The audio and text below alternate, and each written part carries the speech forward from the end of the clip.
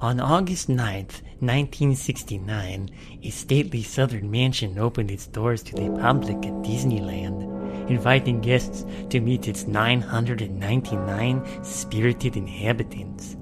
That same year, a souvenir album presenting a live audio play of the mansion's story was released and is still cherished by many to this day.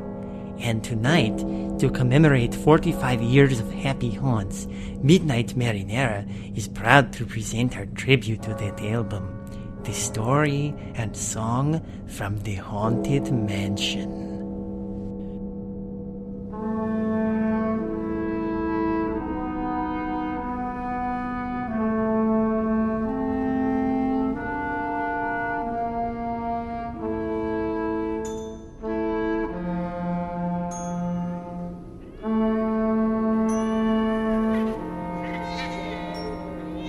Have you ever seen a haunted house?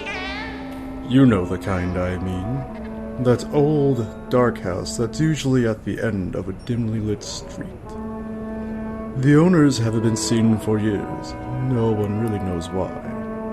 The windows are broken and boarded, and the shutters hang loose on their hinges. The trees have grown wild. Their branches brush against the sides of the withering house, making strange noises in the night. There's a high, vine-covered fence around the property. Is it there to keep somebody out? Or is it there to keep something inside? It's a house that people avoid walking past at night. Strange sounds come from within the walls, and it's said that eerie lights have been seen both in the attic windows and in the graveyard at the side of the house. Our story revolves around this mysterious mansion.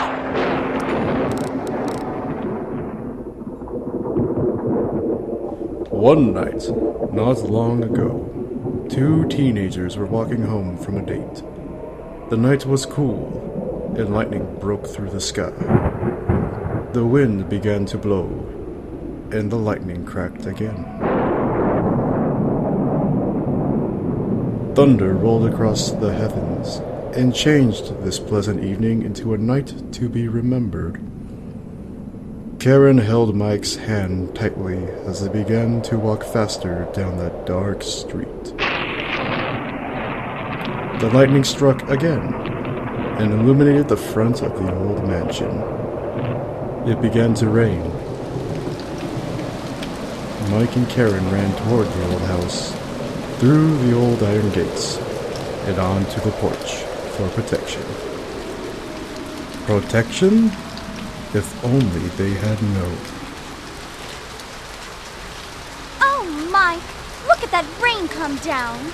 We'll never get home on time. Sure we will. It's not quite midnight. This old porch isn't going to keep us dry, though. What are you doing? Trying to get this front door open. No one lives here. We can wait inside until the storm's over. Not me. I'm not going in that old house. I'd rather stay out here and get wet. There. Come on. Don't be afraid.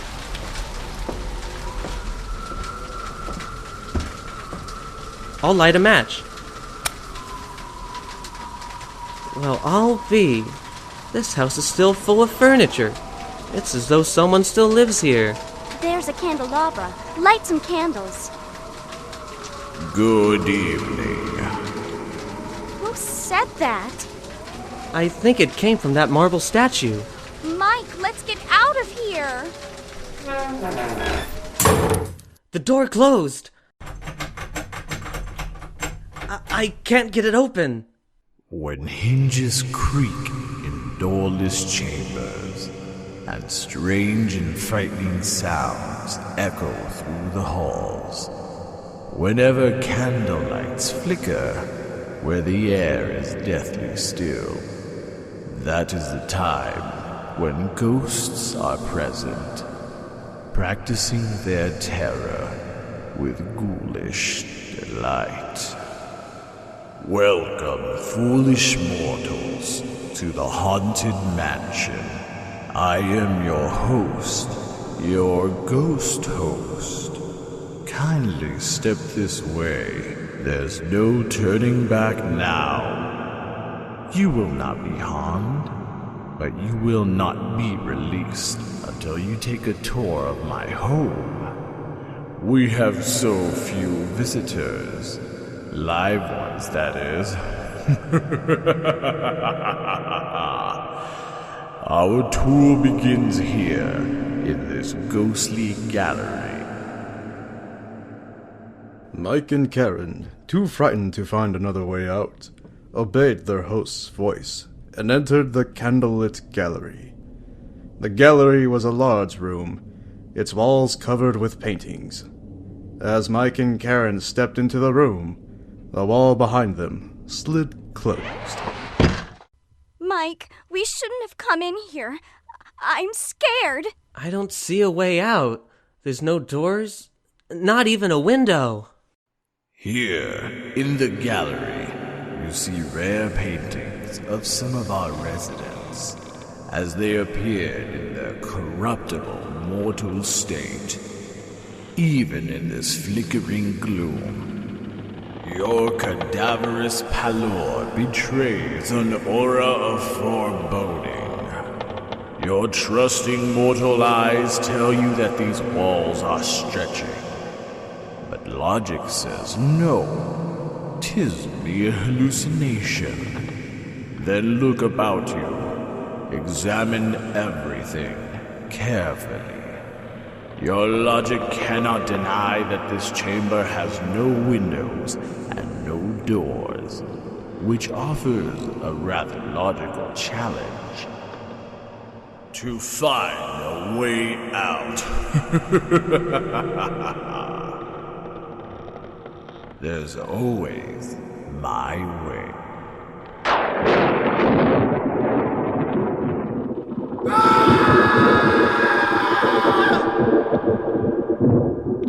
Lightning flashed from above the room, illuminating the attic area.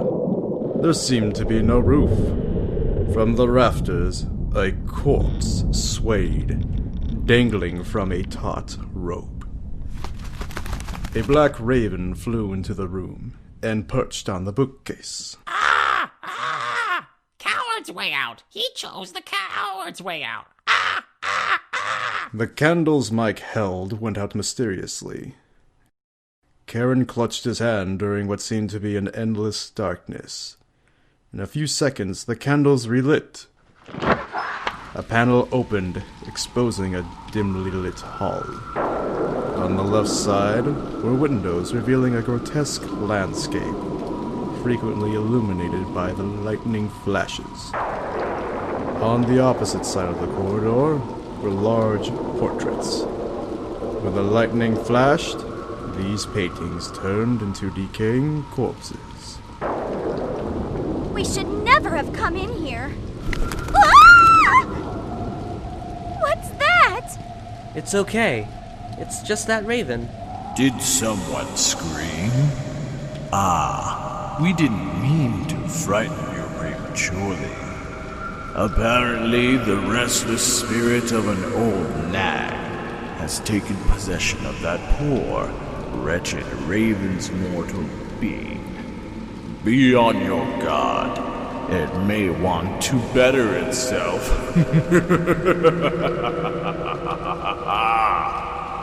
Come along now.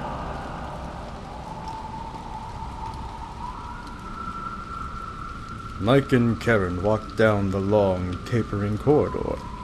There seemed to be a light at the far end, pitch blackness behind them.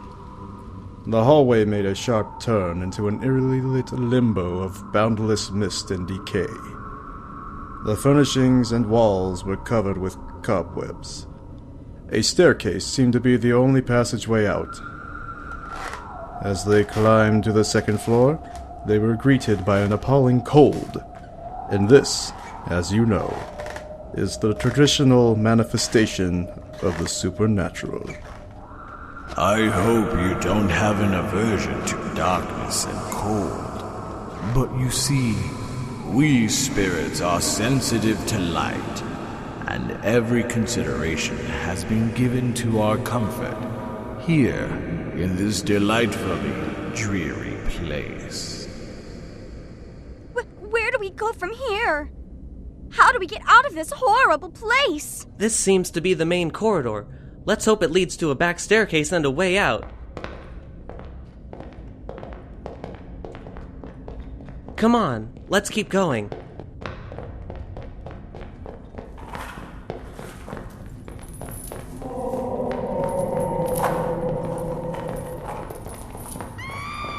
Look out!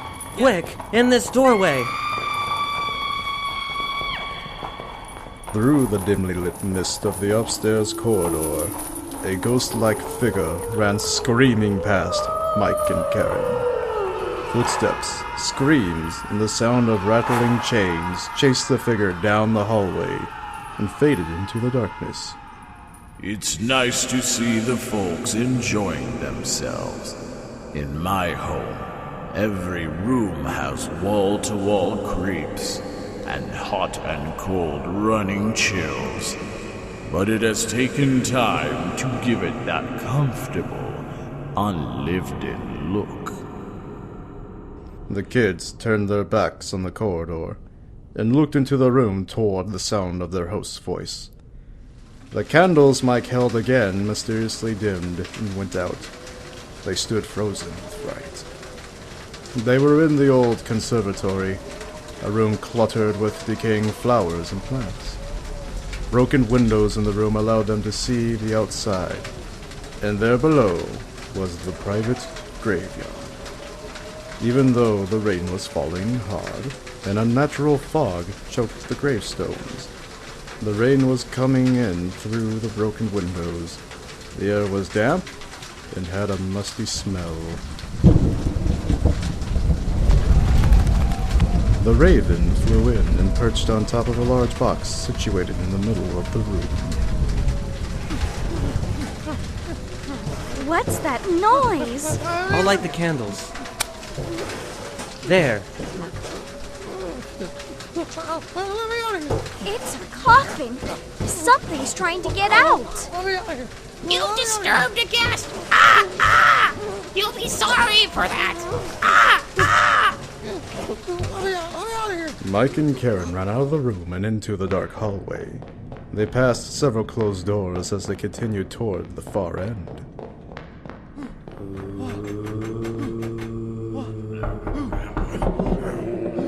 From each door they passed, natural and unnatural sounds came from within. Each sounded as though they were trying to get out into the hall. Mike, I'm so frightened. Whatever you do, don't betray your presence by screaming. Follow my voice. Be calm. You have a very active imagination. That's good.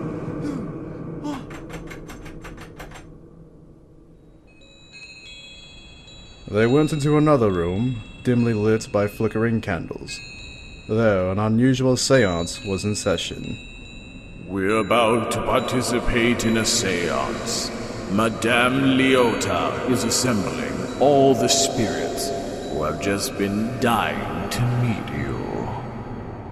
Madame Leota, the medium who was chanting the plaintive incantations, was quite unique. She was truly a disembodied spirit, a mere talking head inside a misty crystal ball.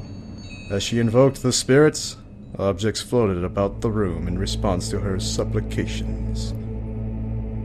Serpents and spiders, tail of a rat, call in the spirits wherever they're at. Rap on the table, it's time to respond. Send us a message from somewhere beyond. Goblins and ghoulies from last Halloween, awaken the spirits with your tambourine. Creepies and crawlies, toads in a pond, let there be music from regions beyond. wizards, and witches wherever you dwell. Give us a hint by ringing a bell. Mike, something's moving there in the corner. It looks like smoke. There's another one. Come now, we must leave this cozy little circle, for the spirits have received your sympathetic vibrations and are beginning to materialize. The ghost host led Mike and Karen through another doorway and onto a balcony overlooking a grand hallway.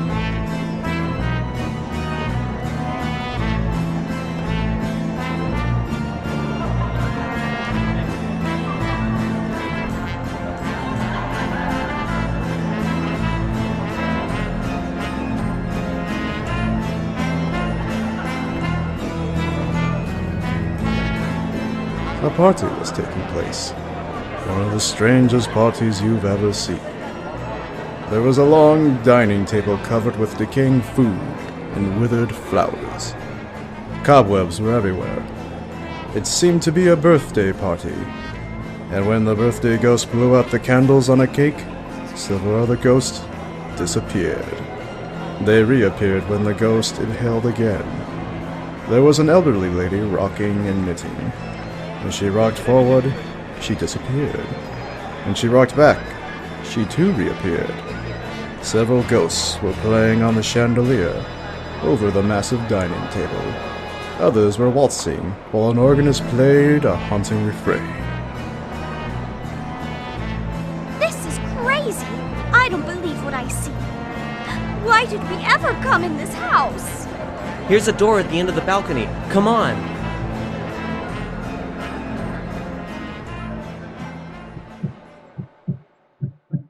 Mike and Karen entered the door and came face to face with a ghost dressed as a bride.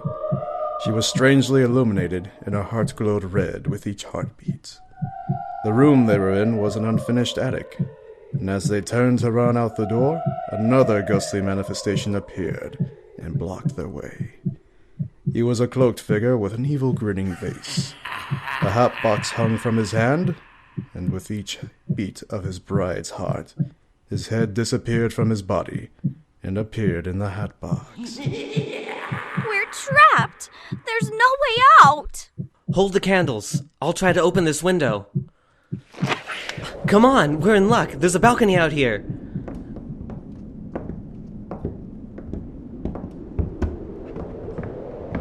Watch your step. The rain's made everything slippery. The candles went out again. Just leave them. We're outside now. Everything's going to be okay. There's some steps down at the far end.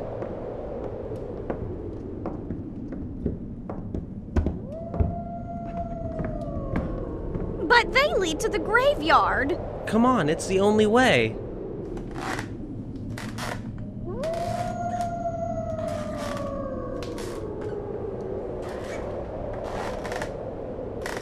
Our adventurous pair descended the steps to the ground level and began their walk through the private burial ground, trying to find their way out of this living nightmare.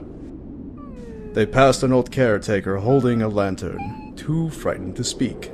His dog was cowering at his feet, whimpering. Come out for a swinging wake. Happy homes materialize and begin to vocalize. Grim grinning ghosts come out to socialize. Now don't close your eyes and don't try to hide, or a silly spook may sit by your side, shrouded in a daft disguise. They pretend to terrorize. Grim grinning ghosts come out to socialize.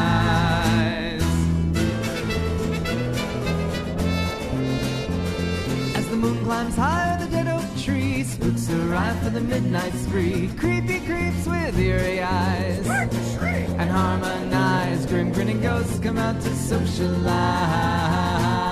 When you hear the knell of a requiem bell, weird glows gleam where spirits dwell. Restless bones etherealize. rise as spooks of every size. Grim grinning ghosts come out to socialize.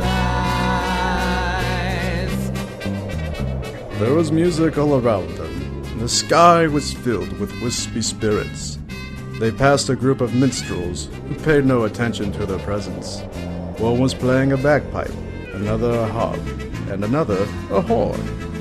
There was a hunchback playing a flute, and a cadaverous drummer pounding out the tempo on a gravestone. A group of cats and a family of owls joined in with spooky harmony. There was a king and a queen balancing a teeter-totter on a gravestone, and a duchess sipping a cup of tea. They saw a hearse stuck in the mud. The coffin had spilled out, and its contents, a shrouded corpse, also was sipping a cup of tea. Behind the hearse on a hill, a group of ghosts were enjoying a bicycle ride through the tombstones. A huge masked executioner was singing a duet with a decapitated knight, who held his singing head in his extended hand.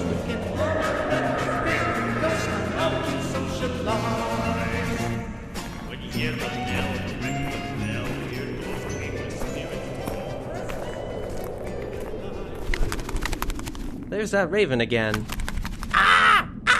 Beware, my friends! They may try to follow you home!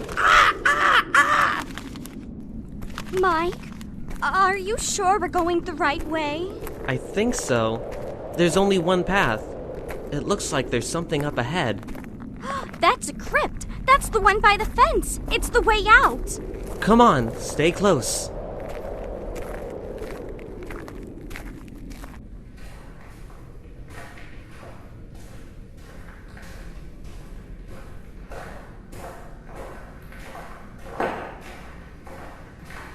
Did you enjoy your visit?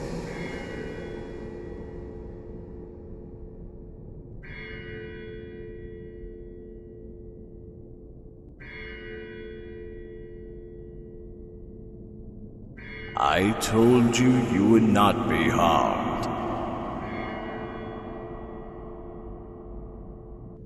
Thank you for spending some time with us. Come back again. Bring your friends. If they'll believe the stories you'll tell. I have to go now. It's midnight. Pleasant dreams.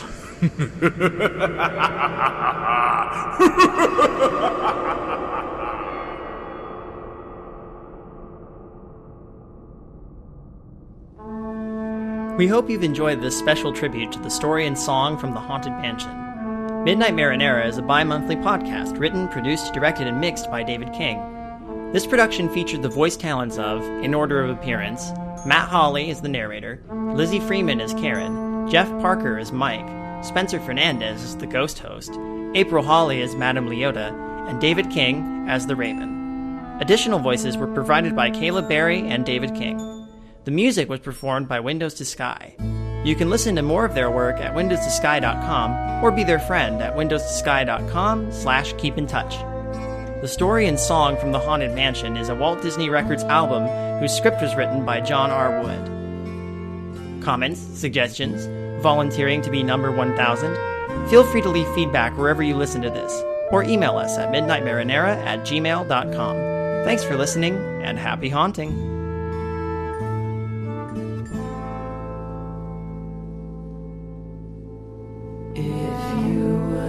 To join our jamboree, there's a simple rule that's compulsory.